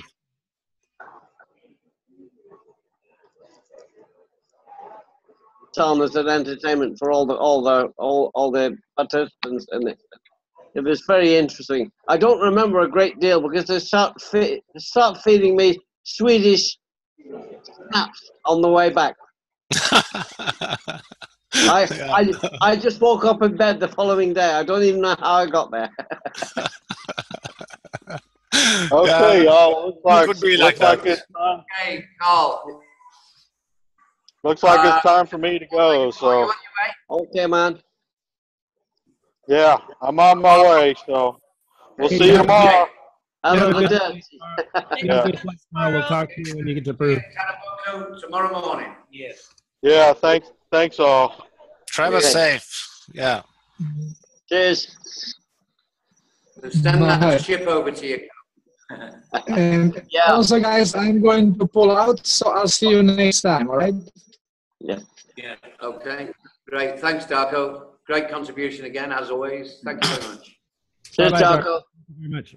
I got so much energy, so I have to work, Darko, so I couldn't be in the program. Okay, Dave, you were talking earlier about going over some of the latest drawings that I did. The filtration system, I think, was one of the ones you wanted to talk about today? Yeah, I wanted to cover that in group form because I want to just button out what we think we can do, because I can use that as an experiment next week. So do you want me to show the picture that you sent me, or do you want to share screen? My computer's pretty loaded up right now. You can probably hear it clicking and popping. I'm running at about 94%. Yeah, I've got it now. So let me just come back to you, and then I'm going to share screen. It's quite detailed. You're probably not going to be able to read the writing, but you'll get the principle. I'll just highlight it for you what it is. You should get that coming through now. Tell me if you can see it, John. Oh yeah, I can see it. Yep. Well, I drew it, so I know what I'm talking about. Okay. Well, you did a nice job drawing it, because it's something I've seen something similar before, not exactly like that. But I've got a couple of questions, but I'm just going to run over it. In actual fact, John, as I move my mouse, this is the pipe coming in, and the water comes out here and hits these large gravel, you call it, stones. And then this outlet pipe is obviously pumped out of there. Am I correct? And that goes to the bottom. Yes, you could pump it out of there. If it's a sealed container, then you can have it pressurized, and it would flow out all by itself. But or a siphon, that would be fine. The problem with a sealed container would be that you would have some issues with pressure. I built one up here in the mountain when I was living on the mountain. We had 47 psi at the bottom, and I didn't realize that the Danish herring tub, which is just a big plastic barrel with a screw-on lid. I didn't realize that that wasn't going to take the kind of pressure that the system had, and as soon as I turned the valve on, the thing exploded. It was it was quite an explosion. So you got to be really, really careful if you're going to make a sealed system and have it pressurized. Now, there's no reason why that outlet can't come out of the bottom of the system. So, you know, instead of coming straight, I just drew it straight up just for clarity's purposes. But you can drill a hole in the side of the barrel and have the pipe coming sideways into the bottom of the barrel. That really doesn't matter. The important part of this is the stratification of your filtration material. At the very top, you've got fairly large gravel, say, you know, a quarter or 3/4 inch, maybe 1 inch gravel, to stop frogs and salamanders and whatever else might come through, leaves and bits of goop. And then right below that, you've got a layer of sand or another fairly fine aggregate that you could put in there. That would help take the silt, and it would also provide surface area for the beneficial bacteria to grow. Because this system, this filter, works exactly the same way as the old style aquarium filters, where when you first hook them up, they don't work very good. But after a week, when the bacteria starts to grow, then they take the nitrates and all of the contaminants out of the water for you. Just below that fine aggregate, the second layer down, you would have a layer of a material, a permeable material, something the water can flow through, but it won't allow the sand to drop through it. I call it geotech. Can I stop you there, John? Go ahead. Can I stop you there? The reason why I want to stop you there is on that subject. Now, again, don't forget, I do things on a practical level. So I've now, in my mind, got a bucket, and I've done what you've said. I've got the stones at the top. I've got the biochar at the bottom. We can make those things. We haven't got a problem with anything there. And then now I'm going to separate it with a geotextile. Now, how do I form a seal with the geotextile to stop the sand going through? Do I run it up the sides and do some kind of cake with it? You know, I mean, I just can't see how I can do that. You could do it that way. You could cut the circle to fit really nice inside the container that you're using. You could tuck it down along the sides into the biochar so that it's pointed down.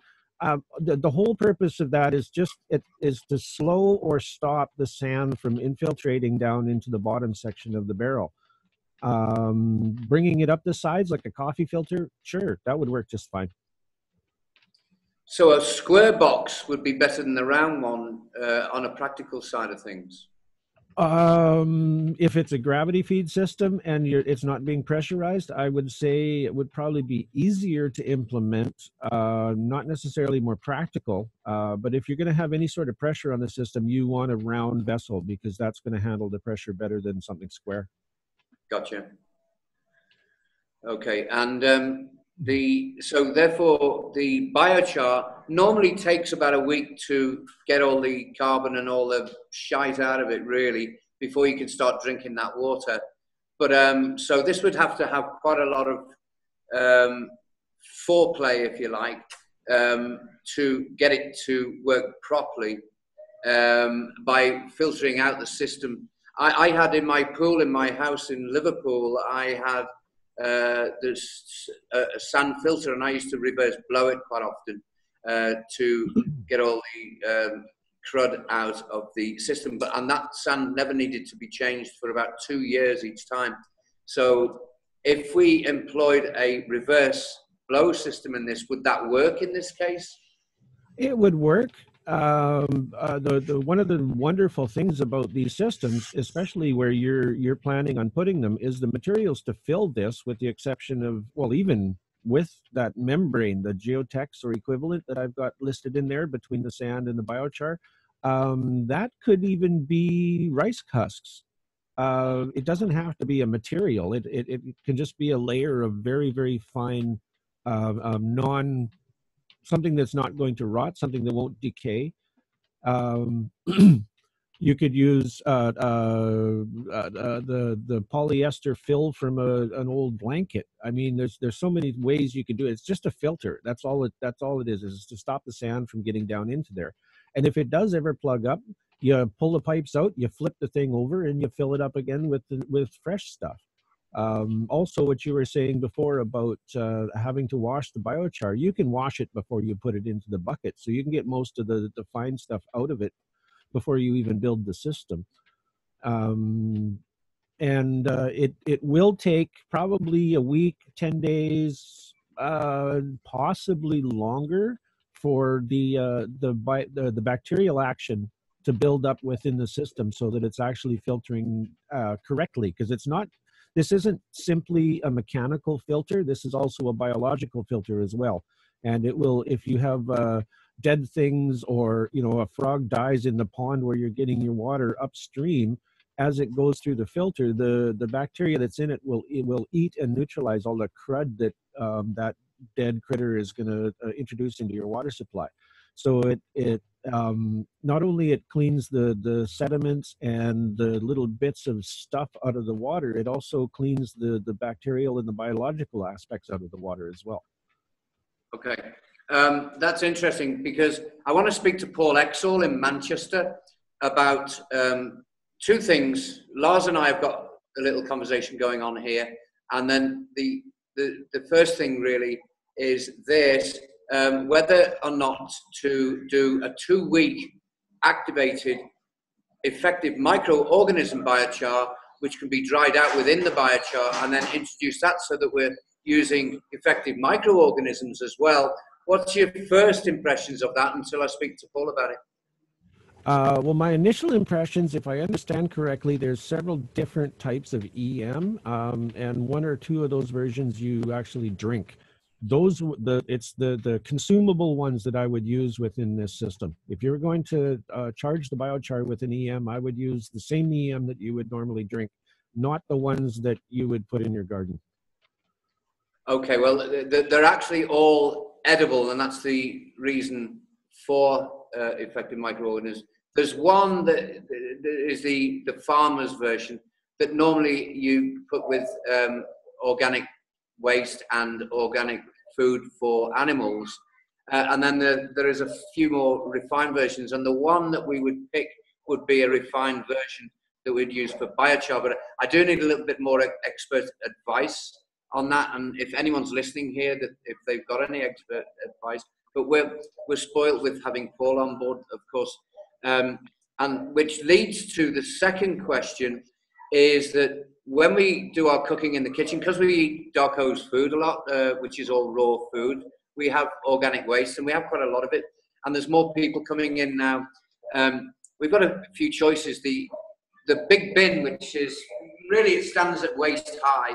The bin that we've got fills up every week, so we've got to find a place for that, and we normally put it in the garden where the aquaponics is. And we've made bokashi now. We've got the garden's absolutely jam-packed full of bokashi, and this is really cool stuff. It's beautiful to sit in, stand in, lie down in, and everything. It's just great stuff, and Lars has been working on that today. So what our question is, and Paul again was giving us some good tips. He said, don't put the EM in the waste bins now. Do it another way. He's saying create your bokashi in sealed bins. So there's 2 options. We could get 8 bins and do 1 per week, and therefore we can have a cycle of making manure. And he's going to give us a listing of how to do that. My question is, have you got any other solutions that we can add the rice husks, the biochar, and sawdust and mud as we go? or what would you suggest we do for our organic waste here? Because we're going to be using this in the villages, so we really want to get it right. John, have you got any suggestions? One thing that comes to my mind right off the bat is with your organic waste, just make compost with a decent digester, and you're in a beautiful place to do that because you've got nice clean water and you get lots and lots of sunshine. So the rapid digesters would be a dark colored or a black container, something that's going to be warmed by the sun. And you put your organic waste in that container, pour in some water, seal it up, set it in the sun every day or 2 days, go over, kick it over, roll it around a little bit, stand it back up. And within 10 days to 2 weeks, you should have basically completed compost ready to go into any planting system. Now, at that point, you can add your EM to your compost, let it do its thing, and then move it. I'm not really up on the EM tech. I haven't really been following that. You guys have me dealing with mechanical stuff right now, so I'm not into the biological so much. But previously, what we were discussing before about the biochar, one thing that you know yourself is that the bacteria that makes the EM is just everywhere. It's floating through the air. It's all over the place. And with these filters, it gets into your incoming water, gets into the filter, and the filter will charge itself. You don't really need to charge the filter. If you do, it's going to speed up the process a little bit. But the beneficial bacteria that like to grow in these filters, they're going to grow in there regardless of what you do. Yeah, that's right. Yeah, I've had some experience of this system when I was in Oman. And we used to then, after it came out of the filter, we put it through a UV light just to help sterilize it, make it more drinkable, safer. Yeah, I used to sterilize my water, did it for about 3 weeks, and then I just stopped doing it because I didn't want dead water. I wanted living, healthy, clean, growing water. And unless you're unless you're actually getting your drinking water out of a cesspool, someplace where human waste is going, the bacteria is actually, for the most part, it's good for you. And your body can deal with it. It won't. It shouldn't cause you problems once you're used to it. And most of these people out there, they're drinking the groundwater straight out of the ground. So anything that's going to come out of this filter is going to be a major step up for them. They're going to have, because it'll take all of the flavor. They won't have any taste. The water will be crystal clear, but it'll still be alive. And that's really important when we're looking at the holistic systems. But the thing I think about water, because I just bought a filter for my tap water, in the city, and I think the city water is really not good for you, and you can just taste it immediately. That when I drink my filtered water, it's it's a lot better. Oh, most definitely. Well, if you do not have control over the source of your water, then yes, filter it like crazy. UV it, do what you got to do to make it so that you can drink it again. But if the water you're drinking, I have been drinking living water straight out of the river, no filtration, with the exception of a small biofilter like this for years. And I have never had a problem. I don't think twice about going to a clean river where the moss is growing, where the moss is growing well and the frogs are happy and the fish are all through it. I'll stick my face right in it and drink my fill. I have no qualms about doing that whatsoever. If I go to a water course where the algae is kind of icky and brown, there's a little bit of a slime on it, I know it's not a good water to drink. And I won't drink that, or I'll boil it first before I do. You need to be aware of your source, and particularly city water, you have absolutely no idea where that water's coming from. So filter it, clean it as best you can. But if you're out in the woods, you're out in the forest, you're out in the jungle, you can look at the source of water and you can see that everything around it is healthy. It's not going to hurt you. Yeah, I totally agree. But the thing is that these days, with the chemtrails and shit, you know, where do you find good water? Where do you find good air, boss? Eh? We're living. Well, We're living in a contaminated environment now. So if you really if you worry about it, if it's a big stress on your mind, just like Darko was saying earlier, if you live with that stress is going to kill you. Don't live with the stress. Your body is an amazing device. It can deal with so much stuff that most people would think would kill a billy goat. We can deal with that stuff as long as we don't stress about it. We just allow the system to work as it should, keep it clean, and it will take care of us. Yeah, that's true. That's true enough. Yeah, I have a distiller unit which I use all the time, and add seawater to it in a small quantity for just general use. Like, admittedly, at the present moment, I'm using distilled water with a teaspoonful of salt per liter, and this is great. It's great stuff. I've actually got a glass of. I think if you were to, particularly in the older cities like London and Paris, Rome, the places that have been around for 1,000 years, if you were to dig down and break into one of those main pipes where there's feeding all of the drinking water for the city, you would find a layer of sludge in that pipe that just would be terrible. Disgusting. But in a natural stream, a river rolling down the side of the mountain, bouncing off the rocks, and everything in it around it is lush and living, I don't worry at all about that water. It cleans itself. Yes. Yeah. It's when you have it captive, have it in a pipe, and it sits there for days and days and days. Then what's called the anaerobic bacteria can grow in there, and that stuff is not good. But oxygenated, living, clean water it's everywhere, and it's so easy to get. Now, once you're used to it, once your gut flora can handle that kind of a bacterial load, it actually feels really good to drink that water. Rather, I don't even like tap water. When I go to the pool, I take my own water, which we get right out of the ground, and there's no filters, there's nothing. We just drink it as it is. It's beautiful, clean water. I wish I could get the water off the mountain again, but it's about 8 miles away, and it's a long way to carry a 5-gallon can of water. But I really try to avoid drinking bottled anything. It just doesn't taste right. Yeah, my little concern about the whole thing is that the authorities actually did a investigation of the groundwater in Sweden, and we are about 9 million people, and they discovered they had to admit that about 3.6 million people has not good enough groundwater, and that was almost all people was in the big cities. You know, it wasn't.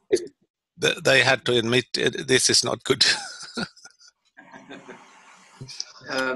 Here in Peru, we've got a system where we're taking the water off the roof, and what we've designed, which is quite interesting, and we're due to make the latest prototype on Marini's project, Aurelius. And I've got the model. I don't know, boss, have you been to xi4.com? You'll see the latest picture of the model of the building we're going to build, which is going to be a self-sustainable toilet. And I saw that. Well, there's a little thing hanging down there I've done in balsa wood, but in actual fact, if you convert that into a 3-inch pipe downspout, it's got a tee-off so that when it gets full, it's got somewhere to spill out straight out onto the ground. And what that's for, and below that, the first thing you've got is a tap that you open. And when you open that tap, what it does is it allows you to clean the roof. And also, the first 45 minutes allows the chemtrails and any poisons to wash off that roof and use that to clean the roof. And then you can put your cup underneath that until you've got satisfied water. You can then switch that off and that fills the tank up. We've designed that here and it works very well. And every time it rains, that's 24 souls we get. We get a free supply of water, so it's raining money for us. So we enjoy the water here, and we're going to be putting that in the jungle with these new reforestation programs and these animal sanctuaries, so that these people can have a better life themselves, because they've got no water. But just to reiterate what John said before, oh, believe me, I'm jumping in these live rivers, and the water flicks over the top of your head, you're drinking it, and it energizes you. You come out like you've got your batteries charged up. This is wonderful stuff. So I'm like John, if it's muddy or anything, I don't even care. I'll be sampling that water. But if it's blatantly, obviously oily or something that just doesn't look right, don't drink it. It's just, you know, you've got your senses still working. Your nose, you can put it to your nose. You can do an energy test. Is this good for me? And, you know, you can tell whether that's good for you. So there's many ways to test natural water in a natural way. And then you can structure the water by putting it inside of a pyramid. Mm.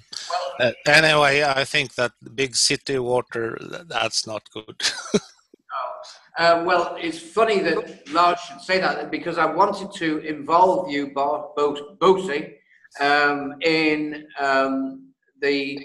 I don't know if you can get access to the Dan Winters water imploder and 3D print that out. Is there any chance we can get a file to Bosie on that one, John? I didn't know it existed. I will have a look, and if I find it, which I should be able to do, I'll get a drawing that's print capable for Bossy's printer, certainly. There's two sorts. There's a Dan Winters type, and then there's the water imploder, which is a commercial model, but you can 3D print it and just add certain things in it, and it comes out as vortex water. What Lars is doing is he's recharging his water with a vortex. He literally stirs it in the pyramid, and then he puts the top on it, leaves it, and that articulates again all the molecules inside the pyramid. So that you don't need to do that. You can just put the water there, because the pyramid itself will draw in the prana inside of the pyramid, and that will do the work on the water. Yeah. Okay. Sounds good. So yeah, we've got a few things going on here, and I see that we're on the 555 mark, which will be give us about 5 more minutes if we're going to have a 2-hour show. It's up to you if you want to carry on. I'm going to get on with a couple of things. We've got Carl coming in the morning. I wanted to just end up the first 2 hours really just saying to you that the big meeting that's on here on tomorrow, 5 o'clock, with Urku, are the guys who are going to be receiving the funding from our funders and dishing it down towards our administration so that we can get on with some more projects here. Plus the influence of Carl coming here, and now we've got Rebecca here. We're really starting to move here now, and I think this is a major, and I think the meeting is going to be a major. And John Carl, can you tell us what's the latest with making the presentation document into a video? What can you tell us about that? Well, I put it in my editor, and I've got it setting up right now with 15-second slides. But what I'm looking at doing is I'm going to do a voiceover for each page. So I'll basically read out each page in the recording and adjust the length of time that the page is on for each of the voiceovers. And I was talking to Petter last night about he's a bit of an engineer like myself, and he does quite a bit of his own music. And we're going to see if we can get Petter to produce a nice piece of background music for that video. But it's coming along. It's going to look really nice. So far, the video is working really, really well. It'll probably be, I would think probably a week, maybe 10 days before I'm able to release something for it. Okay, and also if we have a technicality that from this meeting, I already know that we've missed Marinith's introduction off, which is a bit of an embarrassment for us, but we're going to cover that, and we're going to add that in as a new page. She'll get you about that, Dave. Oh, she's on her way around now, believe me. And anyway, we'll deal with that. We've also missed off the Discovery documentary maker, Javier, who's from San Roque. We're going to have to introduce him too, but I haven't got his details, that's why I can't do that. So I know there's going to be 2 more pages, depending on what Daniel Becco says tomorrow in tomorrow's meeting, whether he completely accepts everything that we proposed, and they can go off in the pipe to get the funding on Monday. That's our target. It would be great to have a social media video to back that up, and we can get that out there, that what we've done is we've designed everything from being here. So yeah, great. If that's going to take a week, 10 days, that's going to be something to look forward to, John. Yeah, the big thing is getting, it's going to take me probably 6 to 10 hours to do all the voiceovers, because it's 1 page at a time, and then save it, do some editing, take out the little pops and bleeps and background noises, and then fit it into the video, adjust the lengths. It's quite an involved process. It's not really difficult. It just takes time. And with all the other stuff that I got going on, you know, the design work for you and the stuff around here, yeah, a week, 10 days on a good, you know, if things go well, I can see probably a week, certainly. Okay. And therefore, I mean, just to let everyone know, there's about 50 pages of basically our 12 months work down here, coming to project level now on a micro and a macro scale. So it's quite involved what we've got, but we've reinvented basically how we've stipulated how we want the finance to go. We've got pretty good professional backup with people like Michael Waters and Michael Upstone chipping in all the time, and Carrie Ellis. I had a wonderful conversation with Carrie Ellis today, Lars and I, and you know, we are at the forefront here. We do believe we are the exhibition case for the new funding system. We believe that Carol Rosen spoke to me and she said, I do believe that what you've got down there is that somebody would be prepared to pay about $10,000 to $15,000 a month for a considerable amount of time to be able to pick up all of the prototypes that you're going to be coming out with, because basically what you've got is the intelligence collectively grouped, and they might have their own project and they'll be using that intelligence open sourced into their development. That's worth paying for, she said. And I thought that was really good intuition there, because that means we've got investors coming to us because we've got the answers. We've designed them in a collective. What do you think about that, John? That sounds pretty cool. Oh, that's absolutely amazing, and that's exactly what we're doing. None of this stuff that any of the things that Dave and I are coming up with, for all the folks listening, none of this stuff is specifically for Peru. We design it for their areas, but it'll work pretty much anywhere. And the places where you may not have falling water, we can come up with solutions for that as well. I'm not dedicated, well, I am dedicated to Peru, but I'm not specifically with Peru. If anybody needs my help, I'm more than happy to listen to their issues and see if I can come up with a solution for them. That's great. Well, on that note, I've got things to do for tomorrow now, so I'm going to leave on the 2-hour mark. I don't know if you want to continue, John, but do as you wish. It's been great having you here. It's been a great show. And as ever, we cover all kinds of stuff we don't even know what we're going to cover. And I'm sure we've missed a few things as well. 2 hours is often not enough, you know. So we're very excited to receive Carl here tomorrow. It's party time, and we're going to make use of the party. And you'll be sure that we're going to have some interesting conversations in the future. Thanks, everybody. Anyone want to chip in with anything just as I close out? But I'm not saying you close out. Oh, well, I think we're done here, and we've basically covered everything else. We're just going to be rehashing the same old, same old. It's sad that Mary Neath didn't show up, because I would have loved to hear about the what's happening, the new stuff that's coming on, and I'm really excited about that meeting tomorrow. I make sure that you get a hold of me before the meeting so we can maybe get Lars's computer up on a shelf somewhere, just broadcasting, so that we can be a fly on the wall and listen in. If they choose to come here and have the 20 people in this room, that's not a problem. I can ask Daniel Becker to do it on his Skype if we have to go to Urku office. Let's see what comes back, and we'll definitely worth putting the fly on the wall bit on that one and opening the Zoom room. That'll be really excellent. So I yeah. got a feeling that these folks are going to have some questions for me, and they'll probably ask you, and it would be nice if we could answer them right off the bat. But on that note, thanks everybody. This has been an awesome show. Thanks, Bosse and Donald and Darko. He's probably not listening anymore, but thank you very much. I know Sherry tried to get in. A couple other people tried to get in, but it just didn't seem to work for them. Hopefully next week it'll work better. Next week we're going to be changing our venue, and we'll be on the Conscious Consumer Network, working with the One Network, and it will be a full-on live video broadcast. And the whole venue is going to change. There's a whole bunch of things that are going to get changed, but basically our content is going to be continuing to bring up the latest things from Peru and how we're helping the folks down there improve their lives and solve their problems.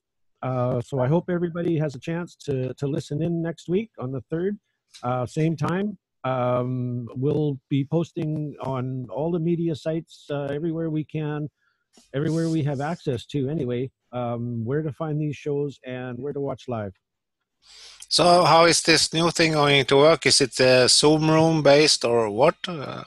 I'm not allowed to talk about it. It's a surprise. It's you'll have to tune in next week and see how it all works. All right. Lars has just said goodbye to everybody, and goodbye from Tarapoto, Peru. See you next week on the new. Bye, guys. Bye. Bye-bye, everybody. Bye. Thank you, Anna. Okay, we're off the air. Oh, Dave's gone too. Yep, I'm going to kill this room and let it do its thing.